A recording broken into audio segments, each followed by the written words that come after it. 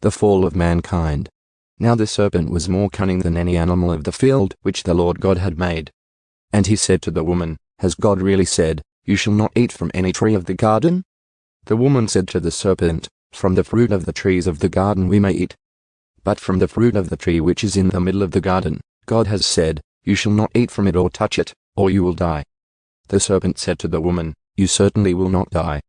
For God knows that on the day you eat from it your eyes will be opened, and you will become like God, knowing good and evil.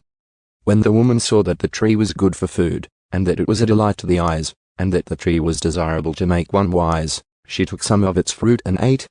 And she also gave some to her husband with her, and he ate. Then the eyes of both of them were opened, and they knew that they were naked. And they sewed fig leaves together and made themselves waist coverings. Now they heard the sound of the Lord God walking in the garden in the cool of the day, and the man and his wife hid themselves from the presence of the Lord God among the trees of the garden. Then the Lord God called to the man, and said to him, Where are you? He said, I heard the sound of you in the garden, and I was afraid because I was naked. So I hid myself. And he said, Who told you that you were naked? Have you eaten from the tree from which I commanded you not to eat?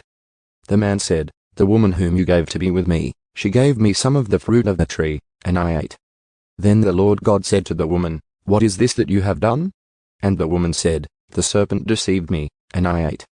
Then the Lord God said to the serpent, Because you have done this, cursed are you more than all the livestock, and more than any animal of the field. On your belly you shall go, and dust you shall eat all the days of your life.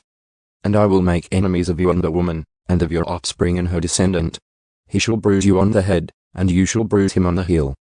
To the woman he said, I will greatly multiply your pain in childbirth, in pain you shall deliver children.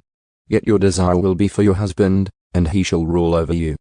Then to Adam he said, Because you have listened to the voice of your wife, and have eaten from the tree about which I commanded you, saying, You shall not eat from it. Cursed is the ground because of you. With hard labor you shall eat from it all the days of your life. Both thorns and thistles it shall grow for you. Yet you shall eat the plants of the field. By the sweat of your face you shall eat bread, until you return to the ground, because from it you were taken.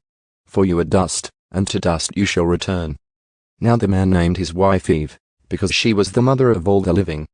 And the Lord God made garments of skin for Adam and his wife, and clothed them. Then the Lord God said, Behold, the man has become like one of us, knowing good and evil.